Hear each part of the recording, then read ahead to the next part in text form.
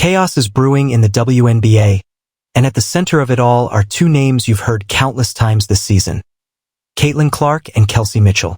Reports are exploding that behind closed doors, certain WNBA figures have been quietly pushing a controversial strategy, an anti-Caitlin Clark plan. The idea? To minimize Clark's rising stardom, slow down her momentum, and protect the league's status quo. But here's the shocking twist. Indiana Fever star Kelsey Mitchell, one of Clark's own teammates, allegedly rejected this plan outright. Yes, you heard that right. Instead of joining the movement against Clark, Mitchell supposedly stood her ground, refusing to take part in anything that might pit her against her teammate. And now, the WNBA is furious. Caitlin Clark, the spotlight magnet. From the moment Caitlin Clark was drafted to the Indiana Fever, it was clear she wasn't just another rookie. She was a movement. Her college career at Iowa shattered records, packed arenas, and made her the face of women's basketball long before she even touched a WNBA court. The Fever wasted no time centering their brand around her.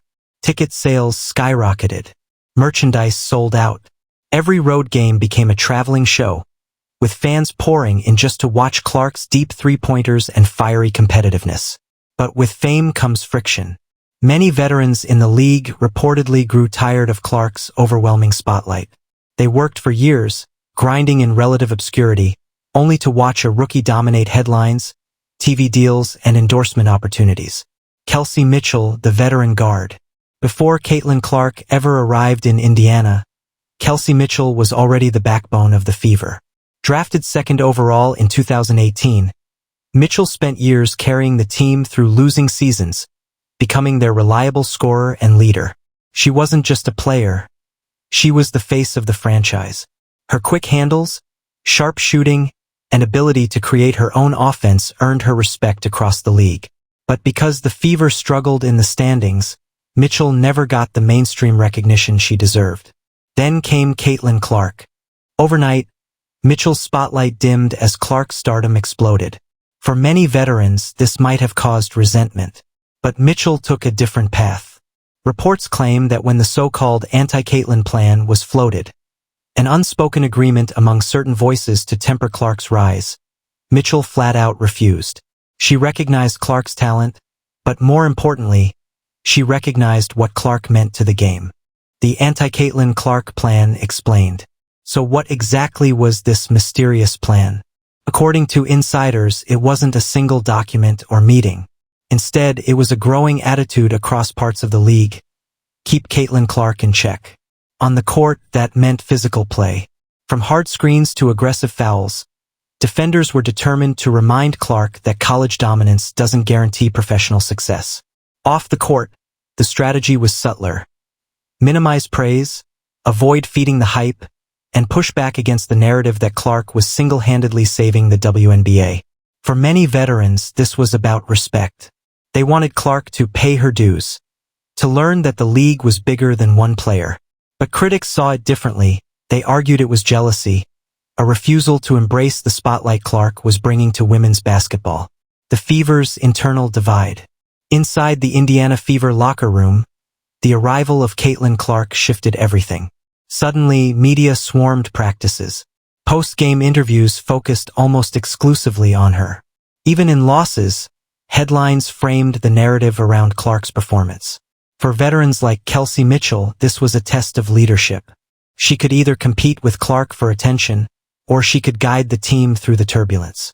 According to reports, Mitchell chose the latter. But not everyone in the Fever organization agreed. Some insiders suggest there were quiet conversations urging Mitchell to assert herself, to keep Clark from completely overtaking the team's identity. That pressure reportedly echoed the larger league-wide sentiment, the so-called anti-Clark plan. WNBA's frustration boils over. From the league office's perspective, Caitlin Clark was both a blessing and a headache. On one hand, she was driving unprecedented ticket sales, TV ratings, and global attention. On the other, her rise magnified the resentment brewing among longtime stars. The so-called anti-Clark plan was never official, but the league reportedly knew about the resistance. And when Kelsey Mitchell rejected it, frustration mounted. Why? Because Mitchell's stance threatened to expose the internal fractures the WNBA wanted to keep quiet. Instead of uniting behind Clark, veterans were splitting into camps. Those who embraced her and those who resisted. Mitchell's refusal to play along made the divide impossible to ignore. Insiders suggest that league executives were furious, not at Clark, but at Mitchell. By rejecting the unspoken plan, she forced the tension into the spotlight, making it harder to control the narrative. Fans react, division or unity? When the news broke, fans wasted no time weighing in. On social media, debates erupted about loyalty, jealousy, and the state of the league. Caitlin Clark's massive fanbase praised Kelsey Mitchell for standing by her teammate. They called her rejection of the anti-Clark plan classy, honorable, and proof that real leaders build, not divide. Mitchell's popularity skyrocketed among Clark supporters. But not everyone agreed. Some WNBA purists argued that Mitchell betrayed the veterans by refusing to push back against the Clark hype. They saw her choice as validation of the league's rookie obsession and a threat to the recognition longtime stars deserved. The discourse revealed a bigger truth. Clark's arrival had split the fanbase in two. One side wanted to ride the wave of new attention, even if it centered on one player. The other feared the league's identity being swallowed by Caitlin mania. Teammates speak out. As speculation grew, all eyes turned to the Fever locker room. What did the players themselves think about the alleged anti-Clark plan and Mitchell's refusal to join it? Some teammates reportedly backed Mitchell, agreeing that embracing Clark was the smartest move for the team. They argued that Clark's presence elevated everyone, bringing more eyes to the Fever than ever before. Why resist that momentum? Others, however, stayed quiet. The silence was telling. For some veterans, speaking openly risked fueling the controversy further. But behind the scenes, tensions simmered. Not everyone liked seeing their roles minimized in favor of Clark's spotlight. Publicly, though, the Fever tried to present a united front. Players praised Clark's competitiveness and Mitchell's leadership. They avoided feeding the narrative of division, media frenzy, and narrative battles. The media smelled blood in the water. Headlines about a divided WNBA and Clark backlash dominated sports talk shows. Pundits debated whether the league was sabotaging itself by resisting its biggest star. Some framed Mitchell as a hero, the veteran who rejected jealousy and embraced progress. Others painted her as a disruptor, undermining her peers by siding with the rookie. For Clark, the media frenzy was a double-edged sword. On one hand, it confirmed her overwhelming influence. On the other, it placed a target on her back, framing her as the cause of league-wide tension, even when she never asked for it. What this means for Caitlin Clark. For Caitlin Clark, Mitchell's support may prove invaluable. As a rookie navigating unprecedented attention, Clark needs allies inside the locker room, and Mitchell's leadership provides exactly that. By rejecting the anti-Clark plan, Mitchell sent a clear message. The Fever aren't divided. They're building something together. This support not only boosts Clark's confidence, but also shields her from some of the hostility brewing across the league. But it also raises the stakes. With Mitchell on her side, Clark is no longer just a rookie sensation. She's the centerpiece of a franchise backed by its veteran leader.